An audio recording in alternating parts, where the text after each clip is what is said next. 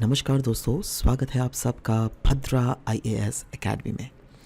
आज के सेशन में हम लोग डील करेंगे विद दिस टॉपिक, जहाँ पे सर्वे किया गया था असम में रिगार्डिंग द एलिफेंट पॉपुलेशन, और पाया गया है असम में एलिफेंट के पॉपुलेशंस में हमने इंक्रीमेंट देखने को मिला है अगर पास्ट डेटा को से अगर आप कंपेयर कीजिएगा तो चलिए इस टॉपिक को अच्छे से एनालाइज करते हैं that what this topic is all about, right. So elephant population estimation report 2024 release किया गया है फाइनली, और 2017 के कंपैरिजन अगर अभी के रिपोर्ट देख लीजिएगा उसमें क्लियरली बोला गया 2017 में नंबर्स ऑफ एलिफेंट्स जो कि आसाम में थे वो थे 5719 टू बी वेरी स्पेसिफिक।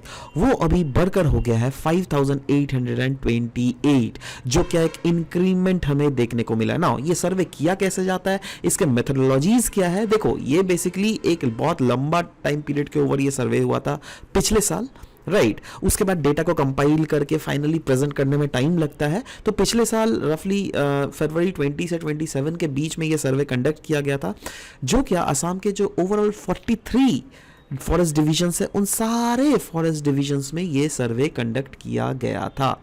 उसके बेसिस पे ही ये रिपोर्ट रिलीज किया गया जिसका नाम है elephant population estimation report of 2024, जिसमें बोला गया है पॉपुलेशन डिस्ट्रीब्यूशन अगर देख लीजिएगा तो एलिफेंट रिजर्व्स जो आई मीन एलिफेंट रिजर्व्स में जो है 82% एलिफेंट्स सिर्फ और सिर्फ 5 डेजिग्नेटेड एलिफेंट रिजर्व्स में हमें देखने को मिले हैं।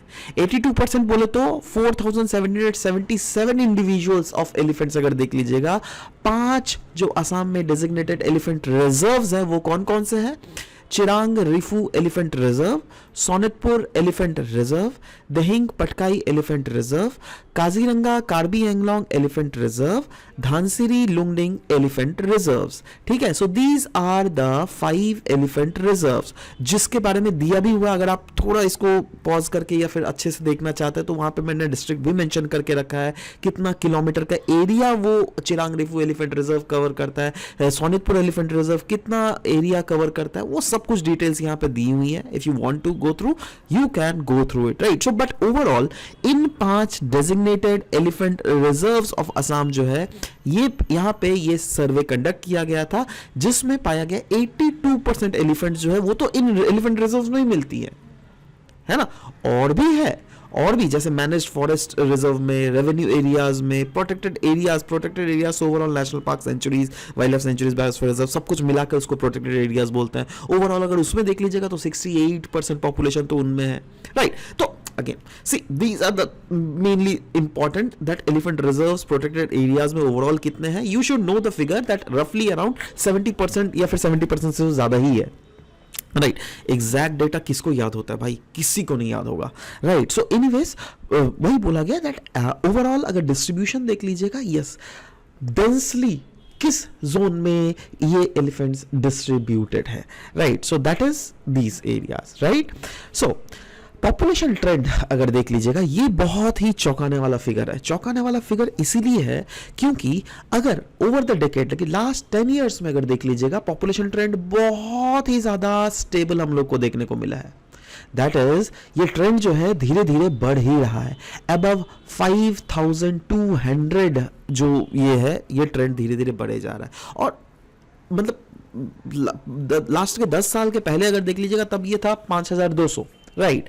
और उसके बाद तो बहुत सारे चैलेंजेस हम लोग को देखने को मिला। फॉर एग्जांपल देख लीजिएगा दैट लोग अर्बनाइजेशन हो रहा है, अर्बनाइजेशन के कारण धीरे धीरे उसके बाद फॉरेस्ट धीरे धीरे कट रहा है, डिफॉरेस्टेशन के कारण हैबिटेट फ्रेगमेंटेशन हो रहा है, ह्यूमन एलिफेंट कॉन्फ्लिक्ट्स हम लोग को देखने को मिल रहा है। ये सब कुछ तो हो रहा है। इससे क्या अनुमान लगाया जाता है तो कहीं ना कहीं इनका पॉपुलेशन घटना चाहिए, बट नहीं, ऐसा नहीं हो रहा है। इनका पॉपुलेशन उल्टा बढ़ रहा है, right, and one of the major credit goes to the anti-poaching activities by the government of Assam, क्योंकि अगर टस्कर टू मखना रेशियो देख लीजिएगा वो भी इंप्रूव हमें होते हुए देखने को मिला। पहले तो देख लेते टस्कर है क्या, मखना है क्या। देखो टस्कर और मखना जो है ना ये मेल एलिफेंट्स हैं। मेल एलिफेंट्स में क्या होता है ना, वो ट्रंक्स रहता है, वो दांत जो बोलते हैं ना, एलिफेंट का दांत जो पहले दांत के लिए जो पहले आपको पोचिंग किया जाता था, तो वो हुआ, राइट। तो टस्कर मकना ये दोनों मेल एलिफेंट है, बट टस्कर का क्या होता है ना, आपके लार्ज लार्ज टस्क्स होते हैं, वो दांत बहुत बड़े बड़े होता है। बट मकना जो मेल एलिफेंट है ना, उनका या तो बहुत छोटे छोटे टस्क्स होते हैं या फिर होते ही नहीं है, समझ रहे हो। तो ये दो है डिफरेंस टस्कर टू मकना। अब दोनों ही मेल एलिफेंट्स है। पहले 2017 का अगर रिपोर्ट देख लीजिएगा, वहां पे ये रेशियो कितना था, 1:2.63, राइट। बट 2024 में ये रेशियो इंप्रूव हुआ है 1:1.97। इसका मतलब क्या, दैट टस्कर जिनके पास बहुत लार्ज लार्ज ट्रंक्स होते हैं उनको कम से कम मारा जा रहा है। समझ रहे हो मैं क्या बोलना चाह रहा हूं, राइट। तो यही चीज है that it reflects effective anti poaching activities. तो yes, this is a very big achievement by the government of Assam per se, I would say, right. So overall इस रिपोर्ट में कुछ कुछ रिकमेंडेशंस भी आपको दी गई हैं, जहां पे बोला गया है दैट देखो, पहले तो जो भी हालत है वो तो ठीक है, बट हम लोग को फर्दर भी क्या करना पड़ेगा, फ्यूचर में ये सोचना पड़ेगा दैट इनके पॉपुलेशंस को और भी कैसे इंक्रीज किया जाए। इसके लिए जो भी हैबिटेट फ्रैगमेंट ऑलरेडी हो चुके हैं उनको हम लोग को रीस्टोर करना पड़ेगा। अगर सोचो इनका घर ही अच्छा नहीं है तो ये कैसे सरवाइव कर पाएंगे भाई वहां पर, राइट। तो इसीलिए बोला गया है that yes they it needs to be restored, ठीक है। दैट इज मेनली हम लोग को फोकस हैबिटेट रिस्टोरेशन का कहां पर देना पड़ेगा, वैसे रीजन में जहां पर इनकी डेंसिटी बहुत कम है। एंटी पोचिंग मेजर्स को तो चलाते जाना पड़ेगा हम लोग को, और एलिफेंट कॉरिडोर्स को हम लोग को प्रॉपर्ली नोटिफाई करना पड़ेगा। हर एक एलिफेंट कॉरिडोर्स को आइडेंटिफाई करना पड़ेगा for the long term movement pathways, right.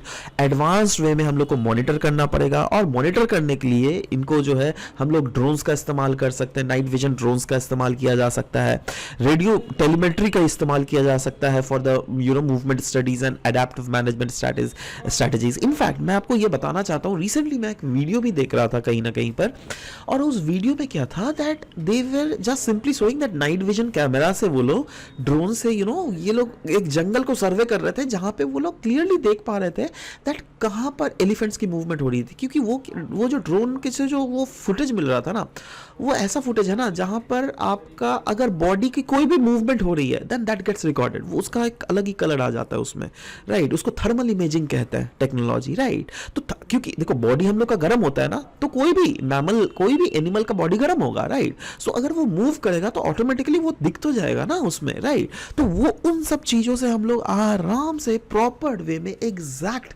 Numbers of data को हम लोग फाइंड आउट कर सकते हैं आने वाले समय में, राइट। सो वही बोला गया दैट हम लोग को एडवांस्ड मॉनिटरिंग टेक्नोलॉजीज का इस्तेमाल करना पड़ेगा, जिससे कि हम लोग और भी प्रिसाइज्ड फिगर में आ सके, राइट। यही नहीं, स्टेट लेवल एक्शंस तो चाहिए ही, जी हाँ, गवर्नमेंट का तो एक्शंस चाहिए ही, क्योंकि गवर्नमेंट ही तो है ना अल्टीमेटली जो क्या कॉम्प्रिहेंसिवली कंजर्वेशन प्लान को फ्रेम आउट करेगी, right. So yes, there help is needed at par as well, right. So yeah, these are the various recommendations of the report that we have seen for this very case, right. So anyways, this was all about the discussion. I hope that this has given a new light to what is the status of elephants in your state, that is Assam.